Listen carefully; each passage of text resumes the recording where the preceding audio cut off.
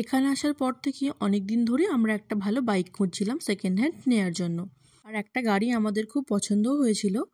সেটাই আমার হাজব্যান্ড এখন ৩-৪ দিন ধরে চালাচ্ছিল দেখার জন্য যে গাড়ির কন্ডিশন কেমন আছে। আর সেটাই আমরা ফাইনাল করে নিয়েছি আমাদের নতুন গাড়ি হিসাবে।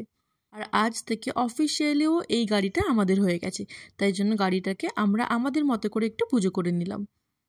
এতদিন চালালেও গাড়িটা অন্যজনের ছিল, কিন্তু আজ থেকে তো এই গাড়িটা আমাদের, তাই আমরা দুজনে ভীষণ খুশি ছিলাম। এই গাড়িটা যখন নতুন ওঠে বাজারে তখন আমার বরের খুব শখ ছিল যে একটা R15 নেবে, কিন্তু তখন তো আর হয়নি। তারপরে আমার হাজব্যান্ড জাভা নিল, আর ফাইনালি সেই ছোটোবেলার শখটা যে R15 ওর একটা গাড়ি থাকবে সেটা আজকের পূর্ণ হয়েই গেল।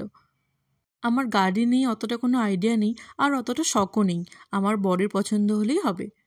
আর তারই মধ্যে গাড়িটার কালার লাল কালো, আর লাল আমার ফেভারিট কালার, তাই জন্য গাড়িটা আমার পছন্দই হয়েছে। এবার আমরা ভাবলাম আজকে আমাদের নিজের গাড়িতে করে আমরা একটু ঘুরে আসি।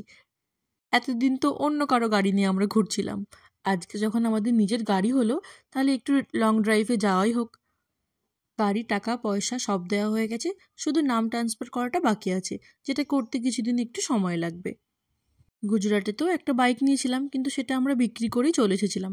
কিন্তু এই গাড়িটা এবার যেখানে যাব সেখানে সঙ্গে করেই নিয়ে যাব, আর গাড়িটাকে বিক্রি করব না। নতুন জায়গায় এসে সব থেকে প্রথমে বাইক দরকার হয়, আর ওটাই আমাদের কাছে থাকে না।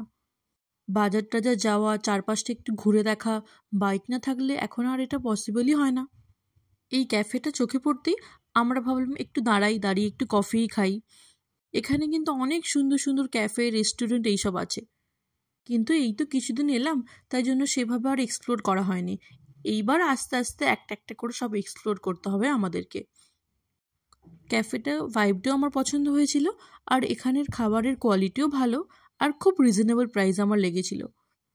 নইলে এখন তো একটু ভালো ডেকোরেশন থাকা মানেই খাবারের দাম আকাশ ছোঁয়া, কিন্তু এখানে সেটা ছিল না। আমি একটা কোল্ড কফি নিয়েছিলাম, যেটা মাত্র 90 টাকা নিয়েছিল, আর আমার মনে হয় এই দামটা একটা কোল্ড কফির জন্য একদম ঠিকঠাক। তারপরে আমরা চলে গিয়েছিলাম রাম মন্দিরে।